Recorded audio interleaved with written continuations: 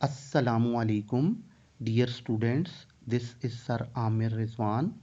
आज के लेक्चर में हमने अपनी बैंक रिकन्सिलिएशन स्टेटमेंट की प्रॉब्लम नंबर 16 अटैम्प्ट करनी है, जो बुक के पेज नंबर 247 पे है। अब देखें बेटे, ये हमारी जो प्रॉब्लम नंबर 16 है ये रिवाइज कैश बुक मेथड से रिलेटेड है। तो अब रिवाइज कैश बुक मेथड में हमारी क्या डिस्कशन हुई। हमने ये कहा जी कि रिवाइज कैश बुक मेथड में क्वेश्चन की रिक्वायरमेंट में वो क्लियरली हमसे कहेगा कि आप बैंक रिकन्सिलिएशन स्टेटमेंट बनाएं but with the help of revise cash book.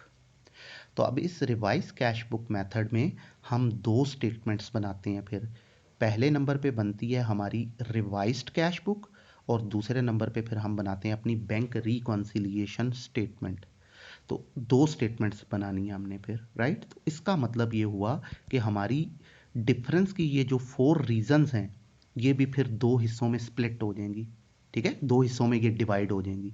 In 4 reasons में से फिर कुछ रीजंस ऐसी होंगी जो रिवाइज कैश बुक में चली जाएंगी और कुछ रीजंस ऐसी होंगी जिनको हम फिर बैंक रिकन्सिलिएशन स्टेटमेंट में ट्रीट करेंगे। ठीक है, तो अब ये जो हमारी फर्स्ट 2 रीजन है, चेक इशूड और चेक डिपॉजिट, इनको हम लोगों ने रिवाइज कैश बुक में नहीं लेना है। लेकिन अगर इनको रिकॉर्ड करने में हमसे किसी किस्म की कोई मिस्टेक हो गई है तो फिर हम इनको रिवाइज कैश बुक में ले लेंगे। ठीक है जी, कि first 2 reason revise cash book में नहीं आती हैं, लेकिन अगर इनमें कोई मिस्टेक हो तो फिर ये रिवाइज कैश बुक में आ जाती हैं। इसी तरह जो हमारी थर्ड और फोर्थ रीजन है, लास्ट 2 रीजन, ये रिवाइज कैश बुक में आती हैं, बट इनमें अगर कोई मिस्टेक हो तो फिर हम इनको रिवाइज कैश बुक में नहीं लेंगे, ये फिर बैंक रिकन्सिलिएशन स्टेटमेंट में आ जाएंगी। ठीक हो गई बात। फिर हमने ये कहा कि जब हम रिवाइज कैश बुक मेथड से क्वेश्चन को अटेम्प्ट करते हैं तो क्वेश्चन में जो इनपुट दिया होता है वो सिर्फ और सिर्फ cash book balance method, cash book का बैलेंस होता है। रिवाइज कैश बुक का क्वेश्चन पासबुक के बैलेंस से अटेम्प्ट नहीं हो सकता है। रिवाइज कैश बुक मेथड में हमेशा जो बैलेंस दिया हुआ होगा वो कैश बुक का दिया हुआ होगा। अब कैश बुक का बैलेंस डेबिट होता है, लेकिन अगर वो लिख दे कि ये ओवरड्राफ्ट है या ओवरड्रॉन है तो फिर हम उसे क्रेडिट कर देंगे, राइट। और फिर ये जो 4 डिफरेंस की रीजंस हैं इनमें से कुछ कहाँ जाएंगी, रिवाइज कैश बुक में और कुछ बैंक रिकन्सिलिएशन में। ठीक, तो क्या कहा हमने कि ये जो पहली 2 रीजन है, चेक इशूड और चेक डिपॉजिट, ये दोनों रिवाइज कैश बुक में नहीं आएंगी। गलत होंगी तो फिर ये रिवाइज कैश बुक में आ जाएंगी। इसी तरह जो आखिरी 2 रीजन है, क्रेडिटेड मेड बाय बैंक और डेबिटेड मेड बाय बैंक, ये दोनों रिवाइज कैश बुक में आएंगी, लेकिन अगर इनमें कोई मिस्टेक है तो फिर ये रिवाइज कैश बुक में नहीं आएंगी, फिर ये बैंक रिकन्सिलिएशन स्टेटमेंट में चली जाएंगी। ठीक होगी बात। तो लें बेटे, अब इस हवाले से हम अपने क्वेश्चन नंबर 16 को अटेम्प्ट करते हैं, तो देखते हैं क्या कह रहा है वो। तो ये अब आपके सामने क्वेश्चन देखें क्या कह रहा है। Prepare a bank reconciliation statement with the help of revised cash book from under mentioned items as on 31 December 2004। तो अब आप देख लें, क्लियरली उसने कहा कि बनाएं तो आप बैंक रिकन्सिलिएशन लेकिन रिवाइज कैश बुक की हेल्प से। ठीक है, तो इसका मतलब है हमें वही 2 स्टेटमेंट बनानी पड़ेंगी। ठीक, अब स्टेटमेंट नंबर 1 से लेके स्टेटमेंट नंबर 7 तक ये उसने डिफरेंट स्टेटमेंट्स बता दी। ठीक, अब हमने पहला आइटम जो इनपुट के तौर पे लेना है, चूंकि question revise cash book method से हो रहा है तो क्वेश्चन में जो पहला आइटम पड़ा होगा इनपुट के तौर पे वो क्या लेना है आपने, कैश बुक का बैलेंस। तो अब इस क्वेश्चन में उसने बैलेंस जो है वो लास्ट स्टेटमेंट में दिया है। तो बहरहाल बैलेंस जहां मर्जी हो, पहले पहली स्टेटमेंट में हो, चाहे मिड में हो, चाहे एंड पे हो, पहला आइटम इनपुट के तौर पे आपने बैलेंस लेना है। तो इस क्वेश्चन में उसने लास्ट स्टेटमेंट में बताया है। तो क्या कह रहा है, बैंक बैलेंस एज पर कैश बुक। तो कौन सी बुक है, कैश बुक। तो अब इस कैश बुक के बैलेंस को हमने, उसने मेंशन नहीं किया कि ये डेबिट है या क्रेडिट, तो कैश बुक का बैलेंस क्या होता है, डेबिट। तो अब कैश बुक का ये जो क्वेश्चन में बैलेंस दिया हुआ है इसको हम रिवाइज्ड कैश बुक में लिखेंगे, ये बैंक रिकन्सिलिएशन स्टेटमेंट में नहीं जाएगा। तो अब इस अमाउंट को बेटे हम अपनी रिवाइज कैश बुक में ट्रांसफर कर लेते हैं। तो लें बेटे, ये आपके सामने सोल्यूशन, ये रिवाइज कैश बुक पड़ी हुई है आप लोगों के सामने। तो ये जो बैलेंस उसने 80,000 बताया हुआ है इसको हम कहाँ रखेंगे, कैश बुक का बैलेंस है जो कि डेबिट होता है, तो उसने कुछ भी मेंशन नहीं किया इसलिए डेबिट ही होगा ये। तो रिवाइज कैश बुक की डेबिट साइड पे आप लिख देंगे इसको बैलेंस ब्रॉट डाउन के नाम से 80,000। ठीक है, कॉलम आपने सिर्फ बैंक वाला बनाना है, लेफ्ट कॉर्नर पे डेबिट, राइट पे क्रेडिट, दरमियान में आप लिखेंगे revise cash book, particulars bank और particulars bank, rupees and rupees. तो अब इनपुट डेबिट साइड पे आ जाएगा बैलेंस ब्रॉट डाउन के नाम से 80,000। ठीक, अब ये अमाउंट जो बैलेंस है कैश बुक का, एक बैलेंस अब हमारा बैंक रिकंसिलिएशन स्टेटमेंट में भी आएगा, क्योंकि जब बैंक रिकंसिलिएशन स्टेटमेंट बनती है तो उसमें भी इनपुट कैश बुक का बैलेंस आना है। ठीक, अब वो कैश बुक का बैलेंस कितना है और वो डेबिट है या क्रेडिट, ये अभी हमें नहीं पता।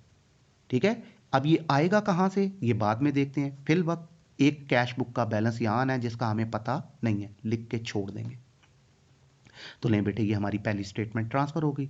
अब अगली स्टेटमेंट की तरफ चलते हैं। तो देखें स्टेटमेंट नंबर 1 से, क्योंकि बैलेंस उसने 7th में बताया था, तो अब स्टेटमेंट 1 से स्टार्ट लेते हैं। तो अब वो क्या कह रहा है, cash and cheques totalling to ₹147,800 were sent to the bank in the month of दिसंबर।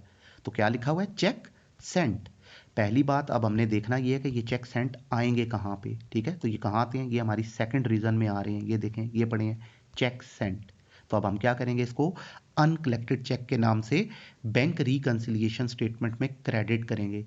लेकिन अगर इन चेक सेंट में किसी किस्म की कोई मिस्टेक है तो फिर ये रिकंसिलिएशन की बजाय रिवाइज कैश बुक में चले जाएंगे। तो अब हम देख लेते हैं क्या उसने कोई जिक्र किया मिस्टेक का या नहीं किया। तो लें बेटे, स्टेटमेंट 1 कह रहा है cheque and cash and cheque totalling ₹147,800 were sent to the bank in the month of December, but out of them one cheque for ₹18,000 was credited in the passbook on 2nd January 2005।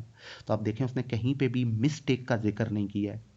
ठीक है ना, तो इसका मतलब है इस amount को हमने रिवाइज कैश बुक में नहीं, बैंक रिकंसिलिएशन स्टेटमेंट में ही ट्रीट करना है। तो अब उसने किया क्या है, 2 अमाउंट्स बता दी हैं। तो जब वो 2 अमाउंट्स बताएगा तो फिर हम क्या करते हैं, पहली अमाउंट कभी भी नहीं लेते हैं। हमने या लेनी होती है सेकंड अमाउंट, या हम दोनों अमाउंट्स का डिफरेंस लेते हैं रिकंसिलिएशन में। तो अब हमें कैसे पता चलेगा कि हमने सेकंड वाली अमाउंट लेनी है या दोनों का डिफरेंस लेना है। तो उसके लिए अब आप देखें, ये जो उसने सेकंड अमाउंट बताई है 18,000, क्या उसने इसका मंथ चेंज किया। लाइक हम रिकंसिलिएशन 31 दिसंबर में बना रहे हैं, ठीक है ना, तो क्या उसने मंथ चेंज करके जनवरी किया या नहीं किया। अगर हमारी सेकंड वाली अमाउंट का मंथ चेंज हो गया है तो फिर आपने सेकंड वाली अमाउंट ही लेनी है, और अगर सेकंड अमाउंट का मंथ उसने चेंज नहीं किया तो दोनों का डिफरेंस ले लेना है। तो अब आप देखें उसने सेकंड वाली अमाउंट का मंथ चेंज कर दिया है, वो जनवरी की बात कर रहा है। तो इसलिए अब हम अपनी सेकंड अमाउंट को बैंक रिकंसिलिएशन में ट्रीट करेंगे, और किस नाम से लेंगे इसको, अनकलेक्टेड चेक के नाम से बैंक रिकंसिलिएशन में हम क्या कर देंगे, क्रेडिट कर देंगे। तो लें बेटे, ये यहाँ पे ट्रांसफर हो जाएगी बैंक रिकंसिलिएशन स्टेटमेंट में। तो यहाँ आप लिखेंगे बेटे अनकलेक्टेड चेक्स कितने, 18,000, और क्या कर देंगे हम इनको क्रेडिट। अब इस 18,000 ने क्रेडिट होके यहाँ पर ऐड होना है या लेस, ये अभी हमें पता नहीं है, क्योंकि अभी तक हमारे पास ये कैश बुक का बैलेंस नहीं है। तो जब तक ये बैलेंस नहीं आएगा हम इनको ऐड लेस नहीं कर पाएंगे। तो लें बेटे, ये हमारी एक स्टेटमेंट बैंक रिकंसिलिएशन स्टेटमेंट में ट्रांसफर हो गई। अब आते हैं बेटे नेक्स्ट स्टेटमेंट की तरफ। तो अब देखिएगा स्टेटमेंट नंबर 2 क्या कह रहा है, on 26 December cheque were issued in favour of creditors for ₹38,000। तो पहली बात ये क्या है, चेक इशूड हैं। ठीक, तो चेक इशूड ये हमारी पहली रीजन बन रही है। तो चेक इशूड को हम क्या करेंगे, अनप्रेजेंटेड चेक के नाम से बैंक रिकंसिलिएशन स्टेटमेंट में डेबिट कर देंगे। लेकिन अगर इनमें कोई मिस्टेक है तो फिर हम इसको बैंक रिकंसिलिएशन में नहीं, रिवाइज कैश बुक में ले जाएंगे। तो अब हम देख लेते हैं बेटे कि उसने मिस्टेक का जिक्र किया या नहीं किया। तो अब देखें क्या कह रहा है, आपने 38,000 के ये जो चेक इशू किए थे ना, क्या कह रहा है, but out of them 2 cheques for ₹28,000 were in cash on 3rd January 2005। तो उसने किसी भी मिस्टेक का जिक्र नहीं किया। ठीक है, अब बल्कि उसने क्या किया, चेक की 2 अमाउंट्स बता दी हैं। तो जब वो चेक की 2 अमाउंट्स बताएगा तो हमने पहली अमाउंट कभी भी नहीं लेनी है, या आएगी हमारी सेकंड वाली अमाउंट 28,000 या दोनों का डिफरेंस 10,000 आएगा। तो अब हमें कैसे पता चलेगा कि हमने कौन सी अमाउंट लेनी है। उसके लिए अब आप देखें कि जो सेकंड अमाउंट उसने क्वेश्चन में बताई है, क्या उसने उसका मंथ चेंज करके जनवरी किया है, क्योंकि रिकंसिलिएशन दिसंबर की बन रही है, तो क्या मंथ चेंज होकर जनवरी हो गया। अगर उसने सेकंड वाली अमाउंट का मंथ चेंज कर दिया है तो फिर आप लोगों ने सेकंड वाली अमाउंट लेनी है, और अगर सेकंड अमाउंट का मंथ चेंज नहीं हुआ है तो फिर हमने दोनों का डिफरेंस लेना है। तो अब आप देखें 28,000 जो सेकंड अमाउंट है उसका मंथ उसने जनवरी कर दिया है, चेंज कर दिया है। तो इसका मतलब है हमें अब बैंक रिकंसिलिएशन में 28,000 को ट्रीट करना है। ठीक, तो 28,000 को क्या करेंगे, अनप्रेजेंटेड चेक के नाम से बैंक रिकंसिलिएशन स्टेटमेंट में डेबिट कर देंगे। तो ये देखें बैंक रिकंसिलिएशन में यहाँ लिखेंगे अनप्रेजेंटेड चेक्स कितने, 28,000, क्या करेंगे इनको डेबिट। अब इस 28,000 ने डेबिट होके यहाँ पे ऐड होना है या लेस, ये अभी हमें नहीं पता क्योंकि हमारे पास कैश बुक का बैलेंस नहीं है। ठीक है, तो इस अमाउंट को भी यहाँ लिखकर छोड़ देंगे। अब आते हैं बेटे हम अपनी नेक्स्ट स्टेटमेंट की तरफ। तो स्टेटमेंट नंबर 3, अब यहाँ देखें क्या कह रहा है, one customer had deposited directly into the bank ₹5,000 but it was not mentioned in the cash book. कह रहा है एक कस्टमर है, उसने डायरेक्ट आपके अकाउंट में ₹5,000 डिपॉजिट करवा दिए। तो अब इससे क्या इफेक्ट पड़ा होगा बेटे, हमारे अकाउंट में पैसों का इंक्रीज आया है। तो इंक्रीज को क्या कहते हैं, क्रेडिटेड मेड बाई बैंक। तो अब हम इसको क्या करेंगे, रिवाइज कैश बुक में डेबिट कर देंगे। और अगर इसमें कोई मिस्टेक है तो फिर इसको रिकंसिलिएशन में ले जाना है। तो उसने किसी मिस्टेक का जिक्र नहीं किया है। ठीक है, वो कह रहा है एक कस्टमर ने 5,000 जमा करवाया है आपके अकाउंट में, इंक्रीज आया है, लेकिन इसका रिकॉर्ड आपके पास नहीं है, तो ये क्रेडिटेड मेड बाई बैंक है। अब हम इसको अपनी रिवाइज कैश बुक में डेबिट साइड पे लिख देंगे। तो ये देखें बेटे, डेबिट साइड पे ये पड़ा हुआ है कस्टमर डिपॉजिट्स कितने, 5,000। तो लें बेटे, ये हमारी एक और स्टेटमेंट रिवाइज्ड कैश बुक में आ गई। राइट, अब नेक्स्ट स्टेटमेंट की तरफ चलते हैं, देखते हैं क्या इन्फॉर्म कर रहा है। तो लें बेटे, नेक्स्ट स्टेटमेंट 4th इंपॉर्टेंट है, सुनिएगा क्या कह रहा है, the trader had withdrawn from the bank ₹14,000 but the same had not been entered in the cash book. कह रहा है ये जो भी ट्रेडर है ना, जिसकी इस वक्त आप रिकंसिलिएशन बना रहे हैं, नाम उसने मेंशन नहीं किया है, ठीक है ना। कह रहा है इसने ना अपने अकाउंट से ₹14,000 निकलवाए हैं, ठीक, और कह रहा है इसको कैश बुक में लिखा ही नहीं है।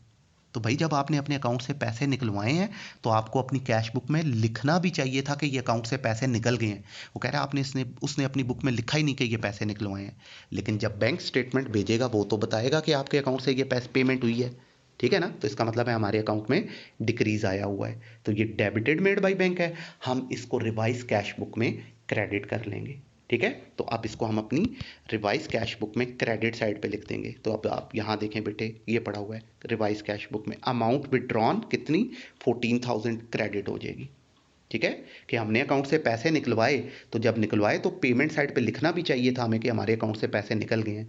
हमने अपनी बुक में लिखा ही नहीं, तो बैंक जब स्टेटमेंट भेजेगा वो तो कहेगा कि आपके अकाउंट से ये पेमेंट हुई है, तो बैंक के मुताबिक हमारे अकाउंट में डिक्रीज आया हुआ है, तो डेबिटेड मेड बाई बैंक है, रिवाइज कैश बुक में क्रेडिट हो जाएगा। ठीक है बेटे, अब एक और स्टेटमेंट हमारी रिवाइज कैश बुक में ट्रांसफर होगी। अब चलते हैं बेटे हम अपनी नेक्स्ट स्टेटमेंट की तरफ, देखते हैं क्या इन्फॉर्म कर रहा है। तो देखें बेटे क्या कह रहा है, statement number 5, on 29th December a check for ₹12,000 was received and entered in the cash book but has been omitted to be sent to the bank। ठीक है, तो ये क्या है, चेक ओमिटेड है। तो ओमिटेड चेक को हम लोग क्या करते हैं बेटे, अनकलेक्टेड चेक के नाम से, सेकंड वाली स्टेटमेंट बन रही है, इसको अनकलेक्टेड चेक के नाम से हम लोगों ने बैंक रिकंसिलिएशन स्टेटमेंट में क्रेडिट कर देना है। ठीक है, तो ये पड़ा हुआ देखें, ये ओमिटेड, ठीक, तो इसने क्या होना है, अनकलेक्टेड चेक के नाम से क्रेडिट होना है। लेकिन ओमिटेड के लिए स्टेटमेंट ओमिटेड चेक ही होती है, अनकलेक्टेड चेक नहीं लिखते, ओमिटेड चेक ही लिखेंगे। तो अब यहाँ पे आ जाएगा बेटे omitted cheque, bank reconciliation statement में 12,000 क्रेडिट हो जाएगा। अब क्रेडिट होके इस 12,000 ने ऐड होना है या लेस होना है, ये अभी हमें नहीं पता क्योंकि हमारे पास कैश बुक का बैलेंस नहीं था। राइट, तो लें बेटे, ये हमारी एक और स्टेटमेंट बैंक रिकंसिलिएशन स्टेटमेंट में ट्रांसफर हो गई। अब आते हैं बेटे हम अपनी नेक्स्ट स्टेटमेंट नंबर 6 की तरफ। तो अब यहाँ देखें बेटे क्या कह रहा है, इंपॉर्टेंट है, सुनिएगा। कह रहा है on 27 December 2004 700 were credited in the passbook as interest on deposit. ठीक है, तो ये क्या है, क्लियरली खुद बता रहा है ये क्रेडिटेड मेड बाई बैंक है। तो अब हमें इसे क्या करना है, रिवाइज कैश बुक में डेबिट करना है। और अगर इसमें कोई मिस्टेक है तो फिर इसको रिवाइज कैश बुक में नहीं, बैंक रिकंसिलिएशन स्टेटमेंट में ले लेंगे।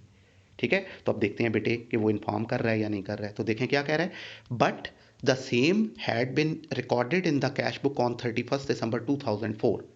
कह रहा है बैंक ने 27 तारीख को आपके अकाउंट में पैसे ट्रांसफर किए हैं ₹700, इंक्रीज दिया है बैंक ने। ठीक है। और कह रहा है आपने भी इसको 31 दिसंबर पे रिकॉर्ड कर लिया हुआ है। तो हम रिकन्सिलिएशन कब बना रहे हैं बेटे? 31 दिसंबर को।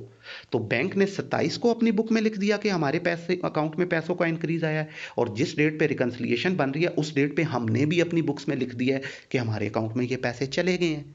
ठीक है। तो इसका मतलब है इसकी वजह से हमारी और बैंक की बुक्स में किसी किस्म का कोई डिफरेंस नहीं आ रहा होगा। तो फिर हम इसको अपनी ना रिवाइज कैश बुक में लिखेंगे और ना ही ये अमाउंट बैंक रिकन्सिलिएशन स्टेटमेंट में आएगी, क्योंकि इसकी वजह से डिफरेंस आ ही नहीं रहा है। ठीक। तो इस स्टेटमेंट को हम इग्नोर कर देंगे और इसके नीचे आप नोट दे देंगे एंड पे क्वेश्चन में कि no treatment of statement number 6 in bank reconciliation statement, question के एंड पे। ठीक। अब ये स्टेटमेंट छोड़ देंगे हम। अब अगली स्टेटमेंट की तरफ चलते हैं। तो इसमें उसने बैलेंस बताया हुआ था, तो ये ऑलरेडी हम लोग इनपुट के तौर पे ले चुके हुए हैं। तो लें बेटे, इसके साथ ही हमारी सारी स्टेटमेंट्स रिवाइज कैश बुक और बैंक रिकन्सिलिएशन में ट्रांसफर हो गई। अब हम लोग क्या करेंगे? वन बाय वन अपनी दोनों स्टेटमेंट्स को क्लोज करेंगे। तो पहले अब हम किसको क्लोज करेंगे बेटे? अपनी रिवाइज्ड कैश बुक को क्लोज करेंगे। तो अब आप देखें, रिवाइज कैश बुक की डेबिट साइड पे दो अमाउंट्स हैं, 80,000 और 5,000। तो ये मिलके कितना आ जाता है? 85,000। और क्रेडिट साइड पे जस्ट वन अमाउंट है और दैट इज 14,000। तो डेबिट साइड का टोटल ज़्यादा है, इसलिए टोटल के कॉलम में दोनों साइड पे, यहाँ पे भी आप लिखेंगे बेटे 85,000 और यहाँ भी आप लिखेंगे 85,000। अब डिफरेंस कितना है हमारे पास? 85 डेबिट पे और 14,000 क्रेडिट पे है, तो डिफरेंस आ रहा है 71,000। ये अब हमारा क्या कहलाएगा बेटे? Balance C D 71,000। अब इस डिफरेंस को हमने 2 टाइम्स लिखना है। पहली दफ़ा कहाँ लिखेंगे? जो साइड कम है वहाँ टोटल से पहले, तो ये क्रेडिट साइड कम थी, यहाँ आ गया 71,000 बैलेंस सी डी के नाम से। अब सेकंड टाइम इसे कहाँ लिखेंगे? वो साइड जो ज़्यादा है वहाँ टोटल के नीचे, किस नाम से बेटे? बैलेंस बी डी के नाम से, 71,000। तो ये हमारी पहली statement revise cash book complete हो गई। अब ये जो रिवाइज कैश बुक का बैलेंस आया है ना, अब इसको उठा के हम बैंक रिकन्सिलिएशन स्टेटमेंट में यहाँ पे ट्रांसफर करेंगे। ठीक है। तो ये 71,000 आप यहाँ लिखेंगे और टोटल के बाद कहाँ लिखा हुआ है? डेबिट साइड पे, इसलिए इसको यहाँ डेबिट लिखेंगे आप। तो 71,000 डेबिट, तो कैश बुक का बैलेंस डेबिट होता है, हमारे पास आंसर में वो डेबिट ही आ रहा है, इसलिए साथ यहाँ पे ओवरड्राफ्ट लिखने की ज़रूरत नहीं है। तो यहाँ पे 71,000 अब हम लिख लेंगे और उसके बाद ये आगे क्रेडिट और ये डेबिट और ये क्रेडिट, तीनों अमाउंट्स ऑलरेडी हम लिख चुके हुए हैं, जस्ट अब हम इनको एड लेस कर लेंगे। तो अब ये कैसे होगा? ये देखिएगा, ये नहीं बेटे। तो ये 71,000 हम लोगों ने यहाँ से उठा के, ये बैलेंस ब्रॉट डाउन 71,000 ये यहाँ ले लिया। ठीक है। डेबिट है ये। ठीक। तो कैश बुक का बैलेंस डेबिट ही होता है, आंसर भी डेबिट है, इसलिए साथ ओवरड्राफ्ट लिखने की ज़रूरत नहीं है जी। ठीक है। अब हम लोगों ने क्या करना है बेटे? बैलेंस हमारा 71,000 डेबिट है, अगली अमाउंट जो सी है 18,000 क्रेडिट हो रही है। तो बैलेंस डेबिट, अमाउंट क्रेडिट, दोनों अपोजिट हैं, इनको आप माइनस कर लें। तो लेस करके आंसर आ रहा है 53,000। तो अब इस आंसर के साथ या हमने लिखना है डेबिट या क्रेडिट, तो कौन सी अमाउंट ज़्यादा है? डेबिट अमाउंट ज़्यादा है, 71,000 डेबिट है, वो ज़्यादा है, इसलिए आंसर के साथ डेबिट लिखेंगे। अब चूंकि हमने अपनी इस अमाउंट को माइनस किया है, ठीक, तो इसलिए इसको विद इन ब्रैकेट लिखेंगे और यहाँ लिखेंगे लेस। तो ये हमारी स्टेटमेंट कंप्लीट हो गई। बैलेंस आ गया हमारे पास 53,000 डेबिट।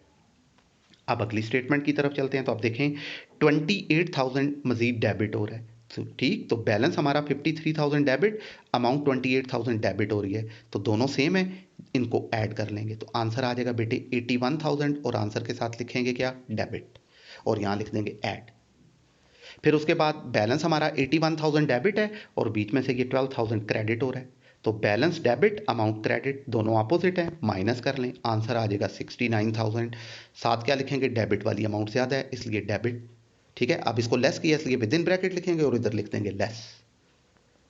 ठीक है बेटे। तो लें बेटे, ये हमारा क्वेश्चन जो सा वो हो गया कंप्लीट। अब हम अपनी बैंक रिकन्सिलिएशन को क्लोज करेंगे, क्लोजिंग करेंगे उसकी। तो अब क्लोजिंग कैसे होगी बेटे? ये जो लास्ट वाला आंसर आया हमारे पास 69,000, इसको हम करेंगे सिंगल अंडरलाइन, आंसर को लिखेंगे दोबारा 69,000 और कर देंगे डबल अंडरलाइन। लास्ट आंसर क्या चल रहा था हमारा? डेबिट, अब ये रिवर्स होके क्या हो जाएगा? क्रेडिट। पहले क्या था? कैश बुक बैलेंस था, अब क्या आ जाएगा? Passbook balance. अब पासबुक का बैलेंस क्या होता है? क्रेडिट, तो हमारा आंसर भी क्रेडिट आया हुआ है, इसलिए यहाँ साथ विद इन ब्रैकेट ओवरड्राफ्ट लिखने की ज़रूरत नहीं है। तो लें बेटे, ये हमारी प्रॉब्लम नंबर 16 जो सी है वो कंप्लीट हो गई। Right. Thank you so much.